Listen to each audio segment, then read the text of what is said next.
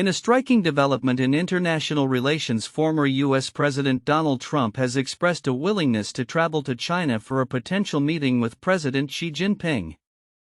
This announcement comes on the heels of a temporary truce in the escalating trade war between the United States and China, a situation that has kept both nations on edge for years. Trump's openness to dialogue could signal a pivotal moment in U.S.-China relations, offering a glimmer of hope for a more stable global economic environment. The recent decision to pause the imposition of further tariffs marks a significant breakthrough in trade negotiations, revealing a mutual interest in avoiding an all-out economic confrontation. As Trump considers a direct conversation with Xi, analysts are speculating on the implications of such a meeting. Historically, Trump has favored aggressive negotiation tactics. Yet the current geopolitical landscape requires a more nuanced approach. If they talk, Xi might find Trump a more appealing negotiating partner than Joe Biden, notes a political analyst familiar with U.S.-China relations. This shift in approach may be crucial as both leaders navigate domestic pressures while seeking to stabilize their economies. The potential for a direct Trump-Xi meeting raises questions about the nature of the discussions that could unfold. Trump's administration previously focused on ideological contrasts, framing the U.S.-China relationship as a contest between democracy and autocracy. However, with the Biden administration adopting a more technocratic stance, Trump may have the opportunity to address fundamental issues that resonate more closely with Xi's priorities. Both leaders face mounting challenges at home, including economic instability and social unrest, which could motivate them to pursue a cooperative agenda rather than a confrontational one. As the trade war enters a new phase, the stakes are high. Trump could leverage this potential meeting to address various contentious issues, including the status of Chinese technology firms like TikTok and the broader implications of military tensions surrounding Taiwan. The latter remains a flashpoint in U.S.-China relations, with Trump potentially proposing a compromise that would involve a more restrained U.S. military presence in Taiwan in exchange for reduced Chinese military exercises in the region. Moreover, there are broader implications for nuclear arms control. With China's nuclear arsenal reportedly expanding, Trump's desire to negotiate nuclear reductions could find fertile ground in discussions with Xi. Proposals for a joint declaration on nuclear deterrence could reshape the security dialogue between the two nations, a move that could lead to a trilateral agreement involving Russia as well. Such a development would not only address arms control but also mitigate the risk of a new Cold War dynamic emerging in the Pacific. In the backdrop of these geopolitical maneuvers is Colombia's recent bid to join a China-led development bank, signaling a shift in Latin America's alignment from the traditional influence of the United States towards China. This move underscores a broader trend of Latin American nations seeking alternative partnerships as they reassess their economic alliances. With countries increasingly seeking to establish ties with China, the implications for U.S. influence in the region are significant. As these diplomatic efforts unfold, one must also consider the role of China in ongoing global conflicts, notably in Ukraine. The Sino-Russian partnership, fortified by a series of high-profile meetings between Xi and Putin, reflects China's strategic interests in maintaining a balance of power that favors its position. While China has avoided labeling Russia's actions as aggression, its economic partnership with Russia raises questions about its role in regional stability. Analysts argue that China's involvement in Ukraine's reconstruction could be a way to enhance its image while simultaneously securing economic footholds in a post-war scenario. In conclusion, the potential for a Trump-Xi meeting could open new pathways for dialogue between two of the world's most powerful nations. As both leaders navigate domestic and international pressures, the outcome of this engagement may not only redefine U.S.-China relations but also reshape the geopolitical landscape in ways that extend beyond trade and economic cooperation. The coming weeks will be crucial as the world watches how these discussions might unfold, with the hope that they lead to a more peaceful and cooperative global order. In an era marked by shifting geopolitical alliances, Colombia has taken a significant step toward aligning itself more closely with China by expressing interest in joining the China-led Asian Infrastructure Investment Bank (AIIB). This move reflects a broader trend across Latin America where nations are increasingly looking to diversify their partnerships away from traditional allies such as the United States.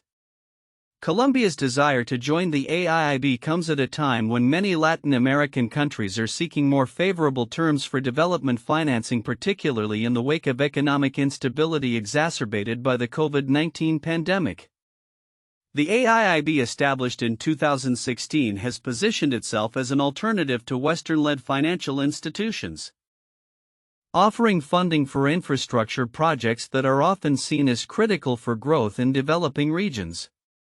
Our government believes that joining the AIIB will provide us with access to much-needed resources to improve our infrastructure and stimulate economic growth, a Colombian official stated, highlighting the potential benefits of this partnership. The decision to pursue AIIB membership also underscores a significant shift in Colombia's foreign policy orientation. Historically aligned with the United States, Colombia's government appears to be recalibrating its priorities in response to changing global dynamics. This pivot is not isolated. Several other countries in the region have similarly looked toward China for investment and trade opportunities, signaling a potential decline in U.S. influence in Latin America. Moreover, this trend aligns with broader geopolitical currents exemplified by recent discussions involving U.S. former President Donald Trump, who expressed willingness to engage with Chinese President Xi Jinping. Such dialogues may have implications for U.S.-Latin American relations as regional governments weigh their options amid fluctuating U.S. support. As Colombia moves forward with its AIIB membership aspirations, it is essential to consider the potential impacts on its domestic economy and international relations. Increased funding from the AIIB could enhance infrastructure development, which is crucial for attracting foreign investment and fostering economic stability. However, there are concerns about the long-term implications of increased reliance on Chinese financing, particularly regarding debt sustainability and the potential for political leverage. In conclusion, Colombia's pursuit of membership in the AIIB represents a significant shift in its foreign policy and economic strategy, reflecting a broader trend of Latin America seeking alternatives to traditional partnerships. As the region navigates these changes, the implications for U.S. influence and the future of international relations will be closely watched. The evolving landscape suggests that countries may increasingly prioritize pragmatic partnerships that promise tangible benefits regardless of historical allegiances. In a rapidly evolving trade landscape, President Donald Trump has once again taken center stage with his latest remarks on tariffs, calling for significant changes that could reshape the U.S. economic environment. Fresh from a diplomatic trip to the Middle East, Trump has renewed his criticism of the Federal Reserve and urged major retailers like Walmart to absorb the impact of tariffs rather than pass costs on to consumers. This comes at a time when businesses are grappling with the implications of ongoing trade tensions and rising costs. In a pointed message posted on Truth Social, Trump declared, "Walmart should stop trying to blame tariffs as the reason for raising prices throughout the chain. Walmart made billions of dollars last year, far more than expected. Between Walmart and China, they should, as is said, eat the tariffs and not charge valued customers anything."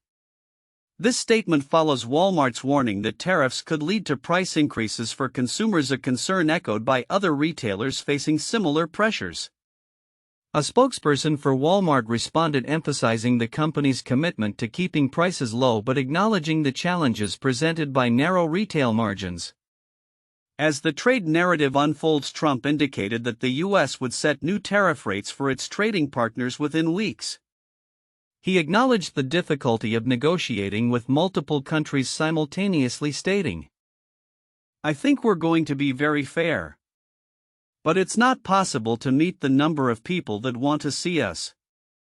This comment reflects the administration's ongoing effort to recalibrate its trade strategy amid a complex global economic backdrop. The implications of these tariff discussions extend far beyond the U.S. borders. As the effective U.S. tariff rate has declined to 14.4%, nearly returning to pre-Liberation Day levels, analysts note that the market's response has been cautiously optimistic. Better than feared has become a mantra among investors who are closely monitoring the evolving landscape. Yet uncertainty abounds, as evidenced by a broader slowdown in retail sales and a decline in consumer sentiment, which has reached its second lowest reading on record. Separately, Trump's insistence on rate cuts from the Federal Reserve has reignited debates around monetary policy. He criticized Fed Chairman Jerome Powell, calling him legendary for being too late, and insisted that the Fed should act swiftly to bolster the economy. The consensus of almost everybody is that the Fed should cut rates sooner rather than later, Trump asserted, reflecting a growing concern over inflationary pressures that tariffs may exacerbate. The current tariff environment has not only affected major retailers but also reverberated through various sectors from technology to agriculture. Companies like Nvidia and Advanced Micro Devices are poised to benefit as the Middle East seeks to enhance its AI capabilities, while U.S. farmers face potential export declines without a resolution to the tariff disputes with China. Looking ahead, the outcomes of these tariff discussions will be pivotal, with Trump signaling a willingness to travel to China for negotiations. The prospect of a more collaborative approach could reshape international trade dynamics. As companies brace for the impacts of ongoing tariffs, the economic landscape remains fraught with uncertainty, leaving industry leaders and consumers alike to navigate the complexities of a post-tariff world. The coming weeks will undoubtedly be crucial as new tariff rates are established, and the Fed's response could either exacerbate or alleviate the pressures felt across various sectors of the economy. In a rapidly evolving geopolitical landscape, the narrative surrounding Taiwan has gained heightened urgency, particularly in light of recent analyses of China's military strategy under President Xi Jinping. Andrew S. Ericsson's latest chapter, Imposing the Fate of Sisyphus? The PLA is an instrument of national power and force preparation toward Taiwan, published in the recent volume by the National Bureau of Asian Research, delves into the strategic ambitions of the Chinese Communist Party (CCP) and the consequential developments within the People's Liberation Army (PLA). The CCP's long-standing objective of asserting control over Taiwan has been a focal point since the 1940s. Under Xi's leadership, this ambition has intensified, evolving into a comprehensive military strategy aimed at coercing or conquering the island. The PLA has experienced significant enhancements in capabilities since the Taiwan Strait crisis of 1995-96, aligning with Xi's centennial military building goal set for 2027. This goal encompasses a wide array of military options from coercion to outright invasion, reflecting a strategic shift in the CCP's approach to Taiwan. Ericsson argues that the PLA's posture has expanded dramatically, as evidenced by an array of military exercises and pressure tactics designed to demoralize Taiwan and undermine its leadership. Beijing's increasing use of military exercises and other pressure tactics aim to instill a sense of futility in resisting the PRC's growing power, he notes. As Taiwan grapples with these pressures, the prospects for peaceful reunification, which many Chinese officials still advocate as the most cost-effective resolution, may be overshadowed by a more aggressive stance from the PLA. The implications of this military buildup are profound. Ericsson warns that Xi is funneling unprecedented national resources into military options concerning Taiwan, a strategy that his predecessors did not pursue as aggressively.